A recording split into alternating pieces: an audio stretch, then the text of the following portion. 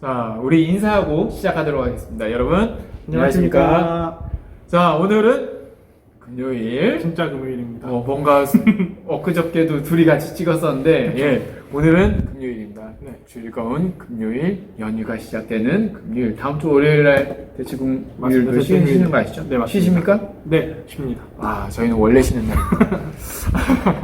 오늘 유진 피터스 묵상 함께 하는 날인데, 네. 51일 차입니다. 오늘 네. 전도사님 오늘 제목이 어떻게 됩니까? 과연 열정만으로 충분한가? 라는 제목입니다. 우리들의 신앙 가운데, 믿음 가운데 열정만으로도 충분할까라는 네. 어떤 이런 도발적인 질문이 나와져 있습니다. 네. 그러면 오늘 본문 말씀과 더불어서 과연 어떠한 내용으로 유진 목사님께서 묵상 말씀을 잡았는지 좀 설명 간단하게 부탁드리겠습니다. 알겠습니다. 본문은 욥기 32장 6절로 잡고 있고요. 네네. 제가 먼저 본문 읽도록 하겠습니다. 부스 사람 바라겔의 아들 엘리후가 대답하여 이르되 나는 연소하고 당신들은 연로함으로 뒷전에서 나의 의견을 감히 내놓지 못하였노라. 네, 그러니까 욥과 세 친구의 이야기들이 지나갔어요. 네네. 그리고 이제는 욥기에 등장하는 또 다른 인물인 엘리후의 이야기가 이어지고 있습니다. 엘리후가 가장 나이가 어리죠. 네네. 그래서 그래서 엘리후의 이야기가 조금 특이한 면이 있어요. 왜냐하면 이제 엘리후의 이야기가 끝이 나고 나면 그 뒤에 이제 욥기의 전체적인 내용을 평가를 해주고 결론을 지어주실 하나님이 등장하시는데요. 하나님이 등장하셔서 이 욥기 전체의 내용을 다 정리하듯이 말씀을 하시는 때 이제 주된 논점은 새 친구들이 잘못했다라는 걸 그렇죠. 지적하시죠. 예. 네네, 새 친구들의 가지고 있었던 생각들이 잘못되었다라는 게 지적당하고, 그리고 그들은 결국은 욥을 통해서 사과를 받아야만 되는, 용서를 받아야만 되는 결론에 다다르게 됩니다. 그런데 이 하나님의 등장 이후에 나타나는 이야기 중에 엘리후의 이야기는 전혀 나타나지 않고 있어요. 그러면 엘리후가 올바른 말을 했다라고도 볼 수가 있을까요? 그러니까 그러다 보니까 사람들이 이제 해석을 할 때 극과 극으로 완전 극명하게 나뉘더라고요. 네, 전도사님 말씀하셨던 것처럼 엘리후가 하나님 이야기를 여는 역할을 했다. 그럼 정답에 좀 가깝다. 네. 이렇게도 볼 수 있는 하나님의 이제 결론을 내리는 도입부에 엘리후의 이야기가 있다라고 보면 엘리후의 얘기를 아주 긍정적으로 평가하는 거죠. 그런 사람들도 있다. 네네. 네. 근데 또 다른 측면에서는 엘리후의 이야기가 마치 그 욥기 1장 2장에 등장하는 사탄과 같은 역할이라서 긍정적으로 평가할 내용이 없다 보니까 그냥 이 이야기 안에서 배제가 됐다라고 이야기를 하고 있습니다. 저는 한 가지 얘기 더 들은 게 있어요.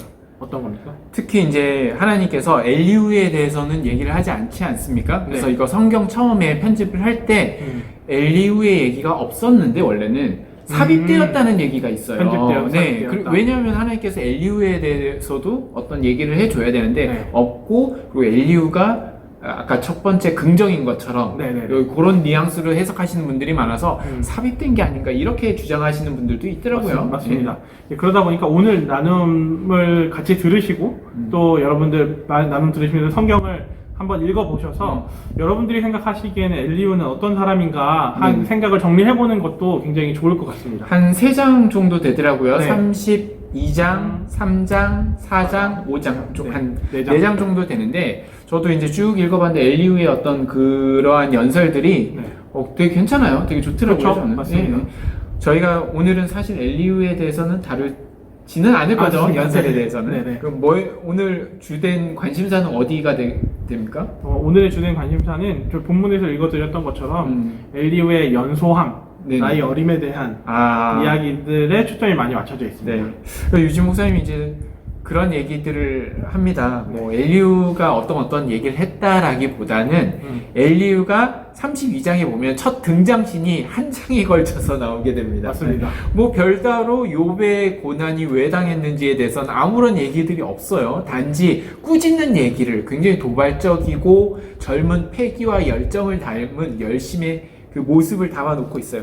그래서 32장 오늘도 그러지 않았습니까? 나는 제일 나이가 어리고 여러분은 나이가 많은데 그래서 내가 여태까지 침묵하고 있었습니다. 하지만 내가 이제 얘기를 한번 해보려고 합니다 라고 하면서 짜잔 하고 엘리후가 등장하게 됩니다. 그러면서 32장에 계속해서 그런 얘기를 해요. 나이가 많다고 항상 지혜로운 것도 아니고 분별력이 있는 것도 아닙니다. 나이가 어려도 지혜로울 수 있습니다. 왜? 뭐 영의 얘기를 막 이렇게 하면서 하나님께서 젊은 사람들에게도 영을 주셔가지고 지혜롭게 하실 수 있기 때문에 다 감각할 수 있기 때문에 나이 어리지만 우리도 잘 알아. 네. 당신들보다도 당신들은 선배님들이야. 여러분들은 벌써 뭐랄까 뭐죠? 나이 많은 사람들이 가지고 있는 그러한 전통적인 사고 방식. 네. 이거 좀 요즘 말로 하면 뭐라고 표현? 꼰대라고 표현. 꼰대야. 여러분들은 너무 꼰대적인 신앙과 꼰대적인 믿음만 가지고 여러분 하나님에 대해서 잘 모르네. 하나님은 그런 분이 아니야. 이런 식으로 얘기를 하고 있는 거예요. 그래서 대부분의 경우 이러한 모습들을 보면서 유진 목사님이 그런 얘기를 해요. 대부분의 경우에 있어서 젊은 세대들은 자신들의 의견을 피력할 때 굉장히 성급하거나 이런 잘못된 열정에 휩싸이는 경우가 굉장히 많이 있다라고 합니다. 그 또 일이 성급하게 진행이 목소리를 키워서 냈지만 일 진행 자체도 성급하게 여러 가지 구멍이 많으면서 진행되는 경우도 많이 있다라고 해요. 왜냐하면 어느 누구도 이제 완성되어져서 태어나는 사람은 아무도 없기 때문에 그래요. 우리가 완전함에서 태어나서 교육을 받고 시간을 들여서 여러 사람들과 관계를 맺어가면서 채워져 나가지 않습니까? 그리고 아무리 똑똑하다고 해도 부족한 부분들이 너무나 많기 때문에 그러한 시간과 연륜이라는 것은 무시하지 못한다라고 하는 겁니다. 그리고 때로는 우리가 잘못된 어떤 환경들이나 잘못된 지식으로 인해서 우리들이 잘못된 생각과 사고를 가질 수도 있다라고, 그런 가능성들이 굉장히 있다라고 합니다. 하지만 그러면서 이제 유진 목사님이 그런 얘기를 합니다. 분명히 젊은 사람들은 이 시대를 바라보는 냉철한 시선들이 있을 수는 있습니다. 그래서 그 시선에 대해서 잘못들에 대해서 꼬집을 수도 있겠죠. 하지만 여러분들 꼭 기억하세요. 벼룩 잡으려다 뭐죠? 빈대 잡으려다가 빈대 잡으려다 초가상간 태운다는 말을 기억하십시오. 우리가 잘못된 잘못을 바로 잡으려고 하다가 정말 소중한 집까지 모든 것들을 다 태워버릴 수 있게 됩니다라는 그 속담을 합니다. 즉 이 말은 뭐냐면 우리가 신앙생활 가운데 정말로 교회에 보면은 잘못된 점들이 분명히 있습니다. 뭐 교회 목회자한테도 잘못된 점들이 있고요. 교회 생활할 때도 잘못된 그런 방식들, 그리고 여러 가지 폐해가 나온 잘못들이 있는데 그거 잘못했다고 교회 욕하다가 교회를 안 나오게 되고 난 그래서 교회를 안 가. 난 그래서 교회가 싫어. 이렇게 교회를 떠나면서 교회까지 태워버리는 작은 잘못 때문에 비난을 하다가 교회까지 미워하고 종국에는 하나님으로부터 멀리 떨어지는 이런 불행한 사태가 있을 수 있기 때문에 그렇다라고 하는 것입니다. 그래서 마지막에 이런 얘기를 해요.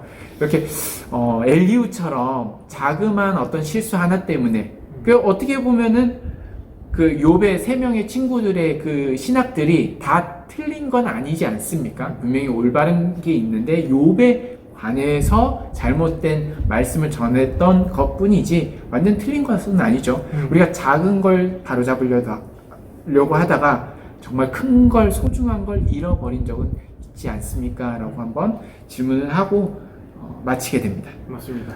전 선생님 오늘 말씀 어떠셨습니까? 저는 이제 개인적으로 들었던 생각은 어찌됐건 이제 그 유진 피터슨 목사님의 마지막 질문을 통해서 어떤 저희들의 개인적인 어떤 경험들이나 고민들을 해볼 수밖에 없게 되잖아요. 이렇게 그러면서 들었던 생각이 이제 아주 지극히 개인적인 이야기인데요. 저희가 이제 행신교회 오기 전에 이제 작은 개척교회를 꽤 오랜 시간 있었다고 말씀드렸잖아요. 이제 그러다 보니까 그 교회에 있는 동안 신학교들을 입학도 하고 졸업도 했었어요. 학부를. 이제 그리고 한 교회에서 한 자리를 오래 지키다 보니까 어쩔 수 없이 이제 요청이 들어오게 되죠.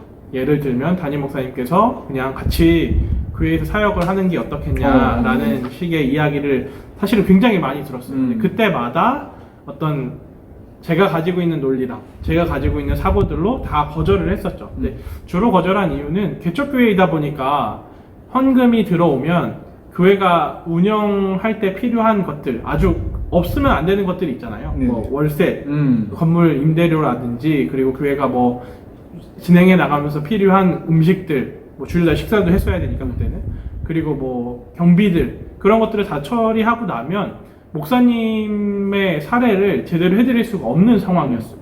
그러니까 그걸 제가 너무나 잘 알고 있기 때문에 제가 사역자가 된다고 하면 결국은 그 목사님께서 받으셔야 되는 사례가 오히려 줄어들게 되어지는 상황이라는 걸 저는 너무나 잘 알고 있었고, 그래서 그런 이유에서도 이제 이런저런 거절의 의사를 여러 번 표현했었는데, 그 하루는 목사님께서 그런 얘기를 하셨어요. 이제 저를 너무나 잘 아시기 때문에 하셨던 말씀이기도 한데, 그 저랑 대화를 하다 보면 항상 거절이라는 그 답을 내리기 위한 논리들을 잘 만들어 놓고 그러다 보니까 논리가 워낙 강하다 보니까 상대방 입장에서는 그 논리를 깨부시고 설득을 해 나가는 게 사실은 되게 힘들다. 그러니까 그냥 한 번쯤은 그 네가 생각하고 있는 네가 만들어 놓은 그런 틀에서 벗어나서 그냥 목사님이 하는 이야기를 같이 따라줄 순 없겠냐라는 이야기를 하셨었거든요. 네, 물론 그때는 이제 긍정적으로 좀 고민을 하던, 그게 이제 교회 나올 시기쯤이었어요. 그러다가 이제 삐끗덕 돼서 이제 제가 그 교회에서 이제 아예 나오게 됐는데, 뒤돌아서 생각해 보면 그 유진 피터슨 목사님이 얘기했었던 그 빈대를 잡으려다가 초가 삼관을 다 태우게 된다라는 이야기가 어쩌면, 그리고 엘리후와 욥의 세 친구에 대한 이야기가 어쩌면 제가 지나왔던 시간에 대한 이야기가 아니었나라는 생각도 들었어요. 왜냐하면 어찌됐건 저보다 훨씬 더 신앙을 오래 하신 목사님이셨고, 그렇죠. 그리고 인생도 훨씬 더 경험이 많으신 선배님이셨잖아요. 그러니까 어른으로서의 말씀을 존중했어야 되는 것도 있는데, 그런 부분들을 하지 못했던 게 어떤 제가 전고 제가 사고하고 있는 게 전부인 것 마냥 생각했기 때문에 그렇게 했던 게 아닌가라는 생각이 들어서, 어쩌면 제가 그렇게 존중하지 못하고 했었던 선택들이 결론적으로는 잘못됐던 것일지도 모르겠다라는 생각을 했어요. 왜냐면 지금 결국은 그때 목사님이 말씀하셨던 것처럼 결국은 사역을 하고 있으니까. 그렇죠. 그런 생각이 좀 들었습니다. 목사님. 저는 이 얘기를 들으니까 그런 네. 얘기가 많이 떠오릅니다. 이 부모와 자식 간의 관계가 딱 이렇지 않나. 사실 자식이 이기는 부모 없죠. 그리고 대부분은 자식들이 똑똑합니다. 그렇죠. 뭐 엄마 아버지가 뭘 한다고, 특히 한다고 하면 자식들이 뭐 나이 좀 먹으면 이제 좀 자기 생각도 돌아가고 돈도 벌고 머리 굵었다고 1부터 10까지 안 되는 이유를 그냥 자르르르 그냥 다 얘기를 해요. 지금은 인터넷 시대이기 때문에 자료 수집도 훨씬 빠르잖아요. 아, 그럼요. 앉아. 절대 말싸움하면 절대 앉아요. 제가 얼마 전에 그 한 집사님이랑 저희 또 얘기하지 않았습니까? 네네. 그 집사님이 이제 그런 얘기를 하더라고요. 아니, 집사님이 그 딸이 있는데 딸한테 이렇게 얘기를 하라. 그러니까 집사님이 내 딸한테 이기지를 못하겠다고. 말싸움하면 내가 아무리 옳은 내가 말을 해도 그 딸은 그거에 대해서 방어하고 또 어떻게든 뭐 뒤집고 절대 이길 수 없다라고 이렇게 얘기를 하더라고요. 네. 근데 제가 이제 그 얘기를 하면서 그런 얘기를 해줬어요.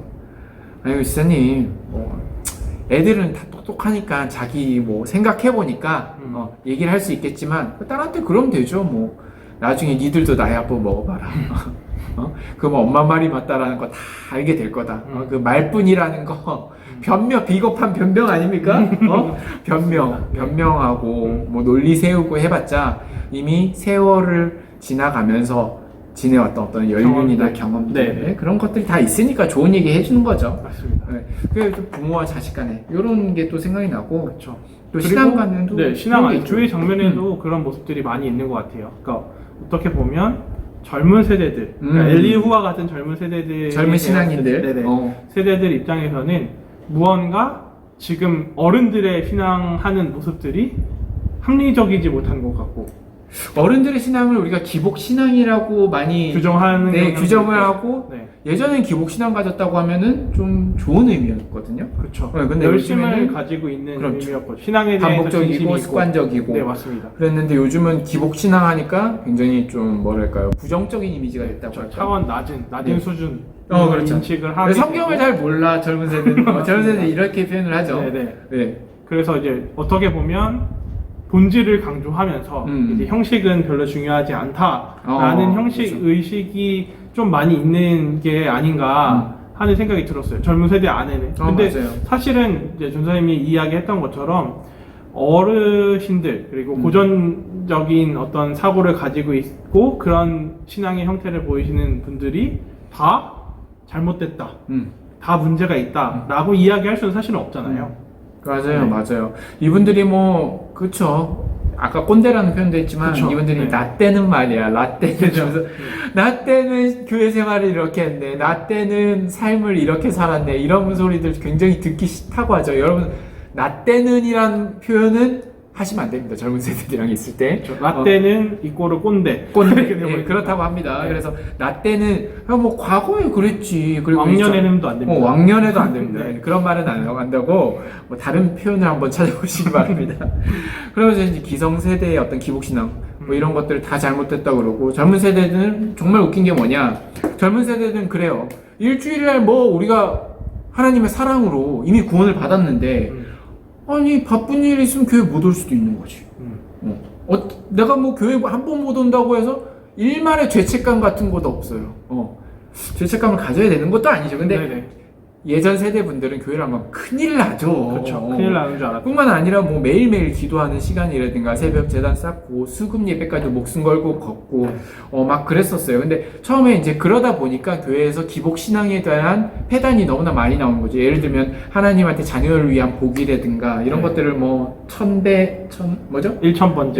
1000번째 네. 뭐 이런 것부터 시작해가지고 잘못된 사람이 약하다 보니까 그렇게 막 만들어내는 것 같아요.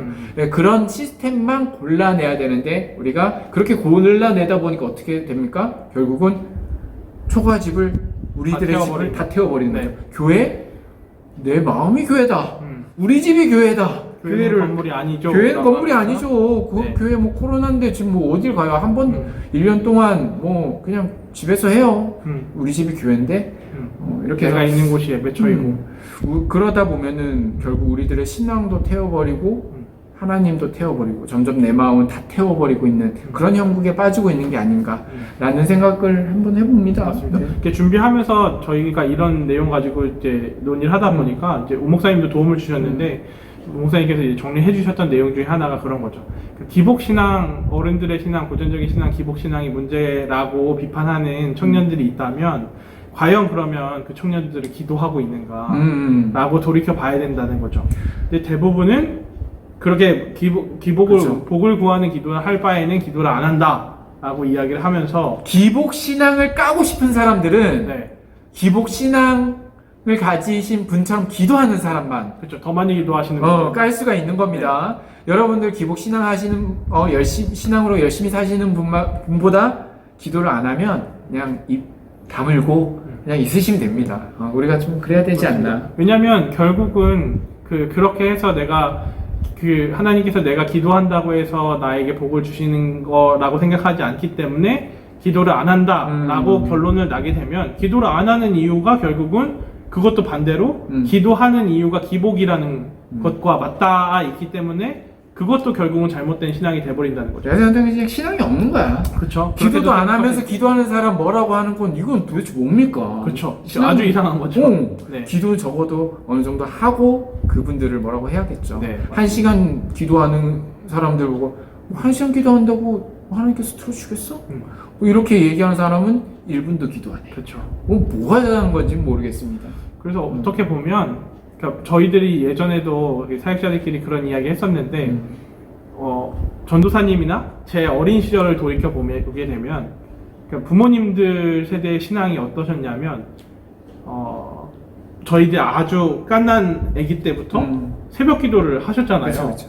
그러면 우리는 엎혀서 따라가거나 이렇게 손에 붙들려서 가거나 거기 가서 우리는 뭐 할 수 있는 것도 없고 뭔지도 모르는데 그 자리에 갔었던 거잖아요. 근데 사실은 그렇게 무릎으로 사신 부모님들이 계셨기 때문에 사실은 또 오늘의 저희가 있었다는 것도 부인할 수 없는, 부정할 수 없는 부분인 것 같습니다.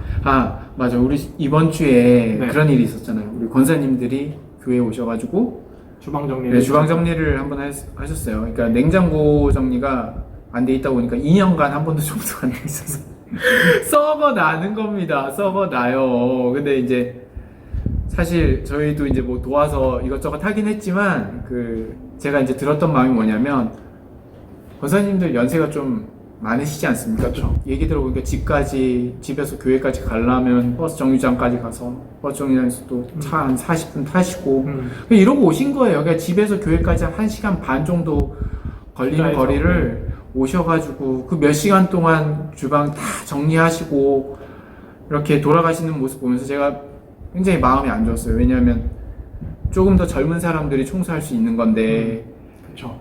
어느 누구도 젊은 우리들 세대는 사실 그렇게 청소하는 모습들을 자발적으로 하는 모습을 제가 창피하지만 못 봤습니다. 젊은 분들은 그렇게 얘기를 하더라고요. 그래서 돈 주고 쓰면 안 되냐, 교회 청소도. 제가 이런 말까지 저희 교회가 아니라 다른 교회에서 들어봤었어요. 교회 청소를 굳이 우리가 해야 되고 쓰레기 정리를 우리가 해야 되냐, 우리가 내는 헌금으로 사람 쓰면 되지 않겠느냐.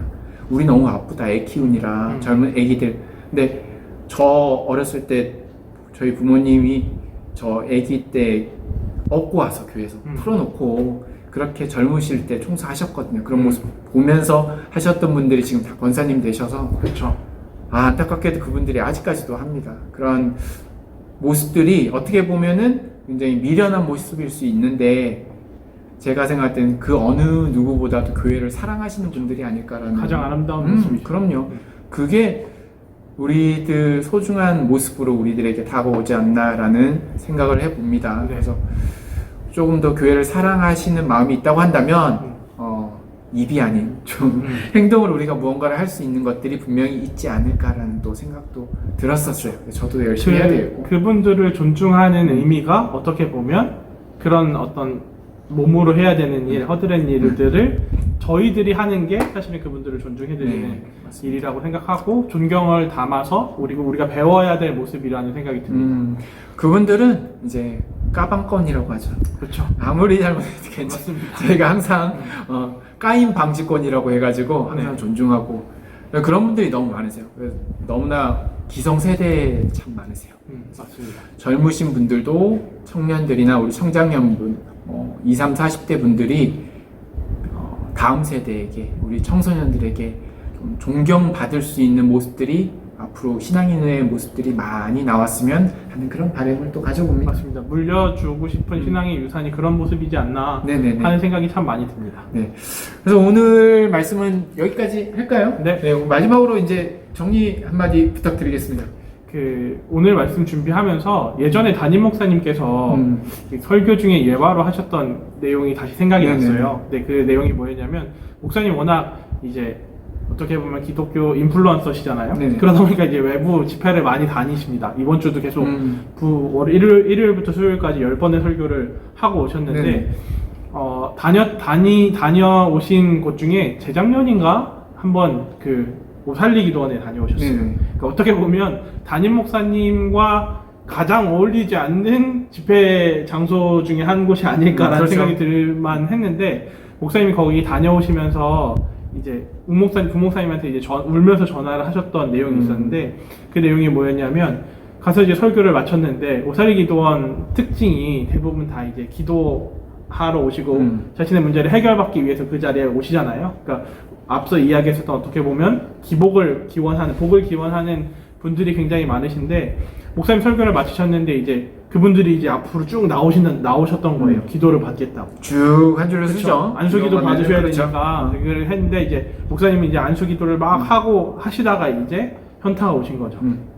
이분들은 정말로 간절해서 엎드린 거예요. 하나님께서만 내 문제를 해결해 주실 수 있다. 내 아픈 문제들, 어려운 문제들을 해결해 주실 수 있다라는 간절한 마음. 그리고 목사님의 한 번의 기도가 그 하나님의 역사하시는 통로가 될 수 있다라는 간절함을 붙들고 나와서 거기에 엎드리시고 무릎 꿇고 계신데 직접 안수하고 기도하시는 목사님 본인께서는 이거 해보니 뭐 해봐야 안 되는데 내가 뭐 해서 되겠어? 왜 이러고 있나 하는 마음이 드셨고 그런 장면들을 목사님이 경험하면서 내가 참 신앙에 있어서 메말라 있구나. 하나님께서 내 삶의 주인이 되시고 내 문제 해결해 주실 수 있는 분이다라는 기대감이 전혀 없구나 라는 생각을 하면서 반성을 하셨던 내용을 말씀하셨던 적이 있거든요. 그래서 어쩌면 우리의 모습도 그런 모습이 있는 건 아닌가 하고 좀 돌이켜 볼 수 있는 시간들이 될 수 있으면 좋겠습니다. 젊음이라는 건 굉장히 좋은 것 같습니다. 많은 것들을 배울 수 있고 시간이 남아 있으니까 우리가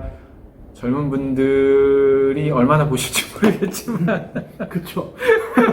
결국은 이게 또 기성세대 분들이 다 봐주시지 않습니까? 이런 방송들을. 댓글도 항상 어르신분들. 네, 젊은 분들이 얼마나 보실지 모르겠지만 조금 더 우리가 겸손해지고 더 많은 것들을 보고 배우고 어른들을 존중해 줬으면 하는 그런 바람입니다.